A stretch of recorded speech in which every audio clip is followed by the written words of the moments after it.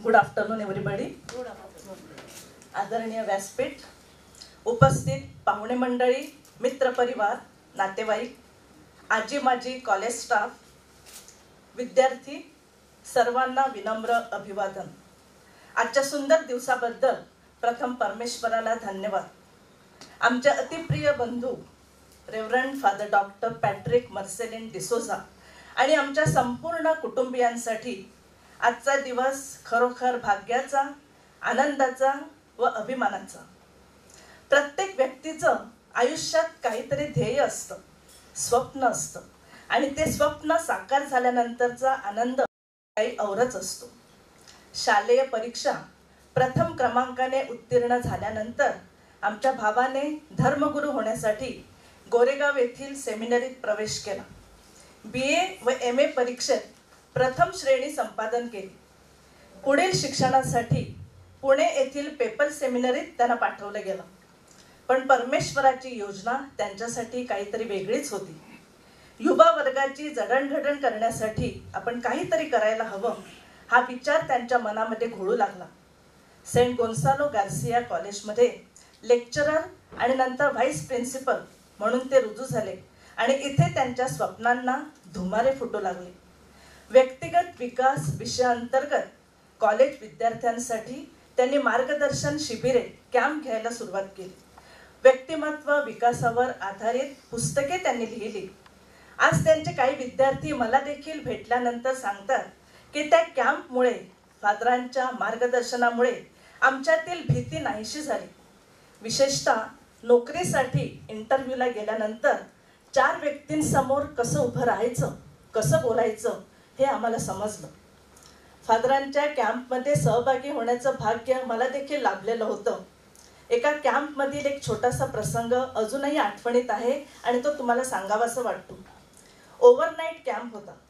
रात्रीचं जेवण झाल्यानंतर सर्व विद्यार्थी गोलाकार बसले होते आणि फादरांनी सांगितलं की प्रत्येकाने त्यांच्या जीवनातील एखादा आनंदाचा किंवा दुःखाचा प्रसंग जो अजूनपर्यंत कोणाशी शेअर केलेला नसेल असा प्रसंग सांगावा आणि एक अट देखील घातली की हे सगळं झाल्यानंतर पुन्हा दुसऱ्या दिवशी त्यावर चर्चा करायची नाही.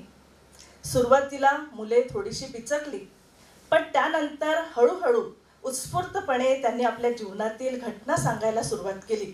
मला आठवतं काही मुलांचे ते चेहरे की आपले वडील खूप दारू पितात, घरामध्ये लक्ष देत नाहीत, आईला देखील मारतात. ते मुलांचे शब्द ऐकून माझ्या देखील डोळ्यातून त्यावेळी अश्रू येत होते. माझ्या बाजूला एक विद्यार्थिनी बसली होती. तिला खूप रडू येत होतं, पण आपले अश्रू बाहेर येऊ नयेत यासाठी ती आटोकाट प्रयत्न करत होती. आणि ज्यावेळी तिचा नंबर आला तेव्हा मात्र ती स्वतःला थांबवू शकली नाही. तिने आपलं मन मोकळं केलं. ती म्हणाली, माझे वडील लहानपणीच गेले. आई, मी आणि माझा छोटा भाऊ, तिघांचं विश्व. एक दिवस दुपारी आई झोपली होती आणि आम्ही बाहेर खेळत होतो. जवळच विहीर होती. खेळता खेळता माझ्या भावाचा चेंडू त्या विहिरीत पडला आणि माझा भाऊ त्या विहिरीजवळ गेला देखील. मी जवळ जाईपर्यंत हात वाकून पाहत असताना त्याचा तोल गेला आणि तो विहिरीत पडला. ती सांगते की माझ्या तोंडातून आवाजच निघत नव्हता. भीतीने अंग थरथरत होतं. हाक निघत नव्हती. डोळ्यात देखत भावाला वर खाली जाताना पाहत राहिली. भावाचा मृत्यू प्रत्यक्ष पाहिला. आईला वाईट वाटेल म्हणून तिच्या समोर एवढी वर्ष डोळ्यातून पाणी काढत नव्हते. पण त्या रात्री मात्र माझ्या खांद्यावर डोकं ठेवून 1 तासभर ती मुलगी रडत होती, मन मोकळं करत होती. सबाधीटपणा, समजून घेण्याची वृत्ती, जबाबदारीची जाणीव, योग्य निर्णय घेणं, एकत्र येऊन कार्य करणं या सर्वांबद्दल मार्गदर्शन ह्या कॅम्पमध्ये मुलांना मिळत होतं. आणि आज फादरांच्या याच विषयावर आधारित ट्रेजर्स ऑफ ह्युमन पर्सनहूड नावाच्या पुस्तक प्रकाशनासाठी आपण सर्वजण एकत्र जमलो आहोत. त्यांचं स्वप्न आज साकार होत आहे याचा आनंद आगळा वेगळाच आहे. हे स्वप्न साकार करण्यासाठी त्यांनी घेतलेली मेहनत वाखाणण्याजोगी आहे.